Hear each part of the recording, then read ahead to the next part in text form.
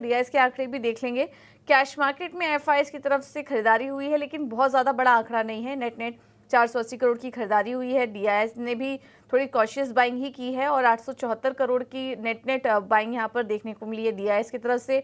Index future में भी ज़्यादा कुछ बड़ा एक्शन या आंकड़ा नजर नहीं आ रहा है। 426 करोड़ की बाइंग है। इंडेक्स ऑप्शन की बात करें तो एफआईएस ने बिकवाली की है। 35,880 करोड़ की बिकवाली यहां पर एफआईएस करके गए, तो ये एक बड़ा आंकड़ा था बिकवाली का ऑप्शंस में।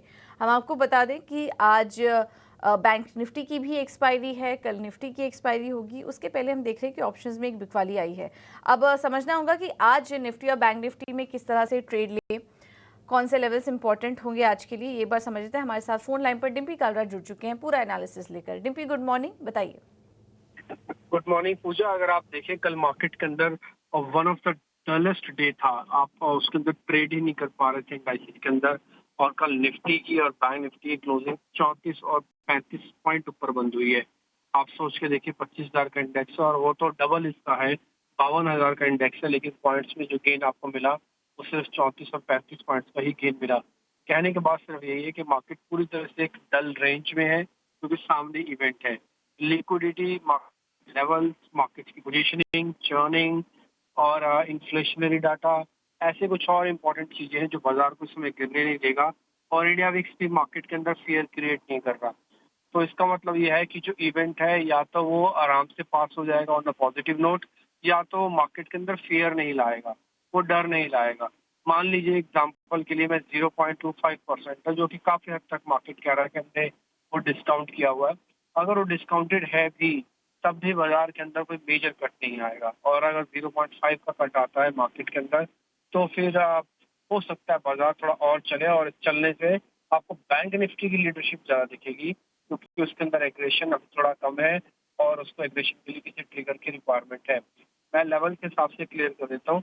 आज का सेशन भी सॉर्ट ऑफ रेंज का ही रहने जा रहा है, क्योंकि बहुत हद तक डाटा में चेंजेस नहीं है। मैं आपको बता देता हूँ कि कल निफ्टी ऑलमोस्ट फ्लैट था, थोड़ी थोड़ी कवरिंग हुई है, शॉर्ट सिस्टम में से कम हुआ है। तो शॉर्ट्स भी ज्यादा कम कर देंगे तो फिर बाजार चलेगा भी नहीं, क्योंकि शॉर्ट्स भी होना जरूरी है, जिनके बेसिस पर कवरिंग करके आप मार्केट को चलाते हैं। तो आज की रेंज डिफाइंड है 25,000 के ऊपर ही अगर आप ट्रेड कर रहे हैं और आपकी पोजीशन है, तो 25,200 250 आपका एक स्टॉप लॉस बनेगा। 25,500 आपका टारगेट है। आई रिपीट, हम 2-4 दिन से यही बात कर रहे हैं कि 25,500 ही एक लेवल है जिसको मार्केट फिलहाल इस शॉर्ट कवरिंग ये सब इधर उधर करके करना चाहेगा अचीव। और हम उसके काफी हद तक नियर बाय क्लोजिंग लेके बैठे हैं, यानी करीब 400 के आसपास की क्लोजिंग लेके बैठे हुए हैं। तो इसलिए आप 25,000 के 500 का टारगेट लगाएं। 25,200 का इवेंट क्लोज होने के बाद 25,500 आपको मिल जाता, तो फिर आगे सोचना। ऑप्शन ट्रेडर्स को काम करना नहीं चाहिए, और अगर वो काम कर रहे हैं तो राइटिंग करनी चाहिए। कल one of the best day था राइटर्स के लिए। आते हैं बैंक निफ्टी के डाटा पे। बैंक निफ्टी में 52,000 के ऊपर की क्लोजिंग बैक टू बैक मिली हुई है आपको। तो 52,500 तक का अपना टारगेट रखें, और 52,000 का पहला स्टॉप लॉस, 51,800 का दूसरा स्टॉप लॉस भी रख सकते हैं। जिनको सीरीज रखना है उनको 51,500 रखना चाहिए। मान लो कोई खबर अच्छी नहीं आई, तो मार्केट जब कोई भी थोड़ा जर्क भी लेता है, इन एग्जाम्पल, तो आपका 51,500 नहीं कटेगा।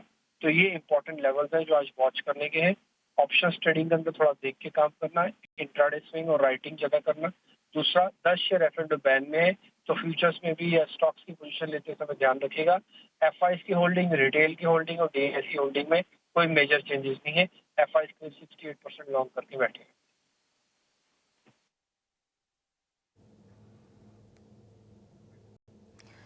ठीक है। तो एफआईजीएस की होल्डिंग में कोई दिक्कत नहीं है। बाजार अभी भी एक बड़े इवेंट के लिए तैयार है, तो थोड़ा रेंज में अब रह सकता है, जैसा कि कल का सेशन भी हमने देखा था। लेवल्स आपको बता दिए हैं।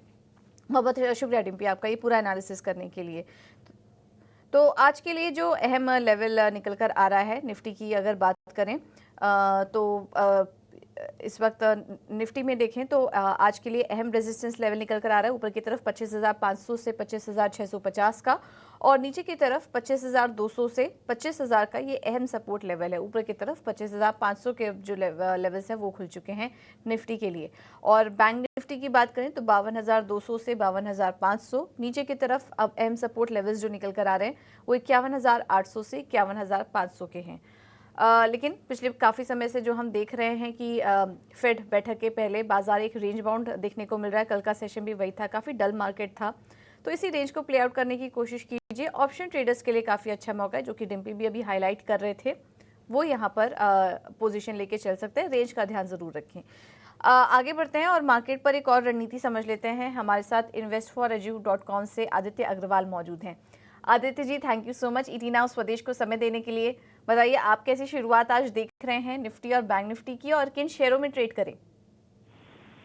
गुड मॉर्निंग पूजा, शो पे बुलाने के लिए शुक्रिया। अगर मैं निफ्टी और बैंक निफ्टी की बात करूं तो एक बहुत ही छोटे दायरे में ट्रेड कर रहा है निफ्टी। स्पेसिफिकली 25,450 नहीं निकाल पा रहा है निफ्टी। पिछले कुछ 3 ट्रेडिंग सेशंस में हमने देखा है कि मार्केट वहीं पे रेजिस्टेंस ले रहा है लगातार 25,450 के आसपास। और अगर आज हम देखें एसजीएस निफ्टी भी फ्लैट ओपनिंग की तरफ बता रहे हैं, तो ये लेवल एक क्लोजली मॉनिटर करना पड़ेगा ट्रेडर्स को। 25,450 25,500 का लेवल, अगर उसके ऊपर मार्केट निकल के सस्टेन करता है तो ही फ्रेश लॉन्ग पोजीशंस बनाने की सलाह रहेगी। अदरवाइज मैं सजेस्ट करूंगा कि मार्केट से दूर रहे, पोजीशंस ना बनाए निफ्टी में स्पेशली, क्योंकि 25,450 का एक रेजिस्टेंस है। अगर हम बैंक निफ्टी की बात कर ले तो बैंक निफ्टी में हमने एक अच्छा मूव देखा है पूजा, लेकिन अब मुझे लग रहा है एक थोड़ा पुल बैक अगर आता है 52,000 या 51,900 के आसपास, तो वहाँ पे एक फ्रेश लॉन्ग इनिशिएट कर सकते हैं। टारगेट रहेंगे ऊपर में 52,500 52,700 के। ओवरऑल बैंक निफ्टी में मुझे लग रहा है आउट परफॉर्मेंस कंटिन्यू होना चाहिए यहाँ से एज कम्पेयर टू निफ्टी, क्योंकि उसमें एक अप मूव ज्यादा अच्छा दिख रहा है। और अगर हम स्टॉक स्पेसिफिक बात कर ले तो 2 बाय रिकमेंडेशन रहेंगे मेरे तरफ से, क्योंकि स्टॉक्स और सेक्टर्स में भरपूर मोमेंटम है, तो मैं सजेस्ट करूंगा स्टॉक स्पेसिफिक ही रहना चाहिए ट्रेडर्स को। पहला स्टॉक है अदानी ग्रीन का स्टॉक, एक रेजिस्टेंस से ब्रेकआउट करने के लिए रेडी है। असेंडिंग ट्रायंगल पैटर्न फॉर्म हो रहा है और 2 दिन से वॉल्यूम पैटर्न बहुत अच्छे दिख रहे हैं, तो करंट लेवल्स पे खरीदारी की सलाह रहेगी। मुझे लग रहा है आज के ट्रेडिंग सेशन में शायद एक बड़ा ब्रेकआउट आ सकता है, उसमें टारगेट रहेगा 2160 और स्टॉप लॉस लगाना है 1830 का। सेकंड स्टॉक है एबीबी। एक बहुत अच्छे कंसोलिडेशन के बाद हमने कल देखा एक अच्छा मूव दिखाया स्टॉक ने, और वो फॉलो अप मूव आ सकता है आज के ट्रेडिंग सेशन में भी, तो एबीबी में खरीदारी की सलाह रहेगी। टारगेट रहेगा यहाँ पे 8300, स्टॉप लॉस लगाना है 7650।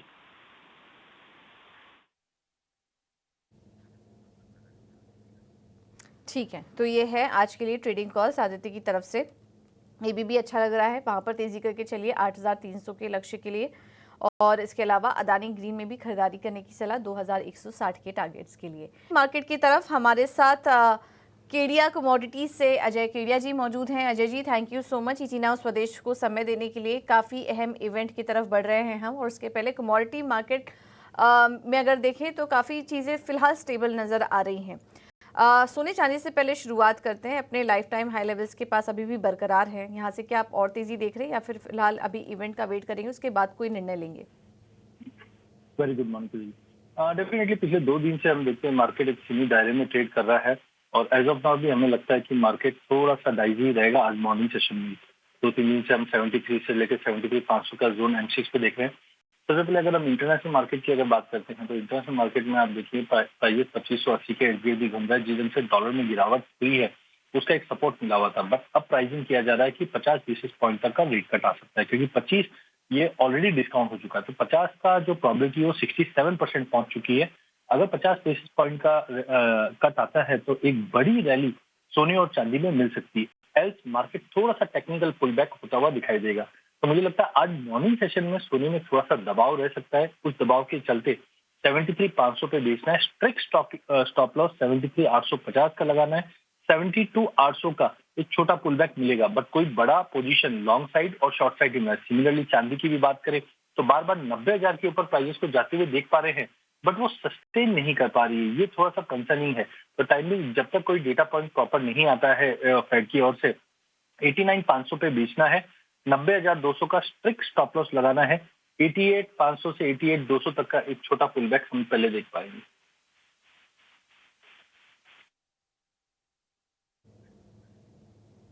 ठीक है। और ये तो सलाह हुई सोने चांदी पर। कच्चे तेल में भी अजय हम देख रहे हैं कि हल्की हल्की बाइंग नजर आ रही है फेड फैसले के पहले। क्या ट्रेड लेना चाहिए क्रूड में? देखिए, कच्चे तेल की अगर बात करें तो हमने देखा था पिछले हफ्ते जो लैंडफॉल हुआ है हरिकेन का, उसकी वजह से प्राइस को सपोर्ट मिला है, डॉलर इंडेक्स की गिरावट है, रेट कट की प्रोबेबिलिटी है, लेकिन डिमांड कंसर्न अभी भी बना हुआ है। बट आई थिंक अभी जो है वो लैंडफॉल जो हरिकेन का हुआ उसकी वजह से तेजी बनी थी, तो मुझे लगता है आज थोड़ा दिन के सेशन में थोड़ा पुल बैक मिल सकता है, लेकिन कुल मिला के एक दायरा रहेगा 6050-60 के ऊपर सस्टेनेबल नहीं है, करेक्शन जरूर है। तो आज के लिए 5900 पे बाय करना है, 5820 का स्ट्रिक्ट स्टॉप लॉस लगाना है, 6080 तक का लेवल मिल सकता है। वहीं अगर नेचुरल गैस की भी अगर बात करें तो कल हमने 200 के ऊपर प्राइसेस को जाते हुए जरूर देखा, बट मुझे लगता है जो हरिकेन का इम्पैक्ट था वो अब कम होता हुआ दिखाई देगा, जिसकी वजह से कल शाम को ही हमने वापस फॉल बैक देखा है। तो temporary technical correction natural gas में मिल सकता है, जहाँ पे 200 पे बेचना है, 204 का स्ट्रिक्ट स्टॉप लॉस लगाना है, 192 का टारगेट हम देख सकते हैं।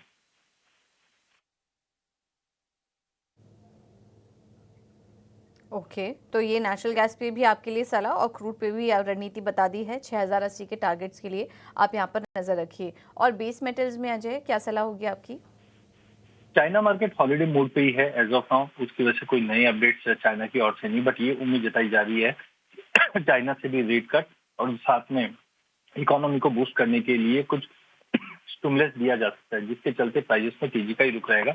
बाय ऑन ड्रॉप की रणनीति बना के ट्रेड करना चाहिए, जहाँ पे कॉपर 802 803 के करीब लेके चलिए, 798 का स्टॉप लॉस रखिए, 812 का टारगेट रहेगा। जिंक के अंदर भी 266 पे लेके चलना है, 264 का स्टॉप लॉस रहेगा, 270 का टारगेट हम देख सकते हैं।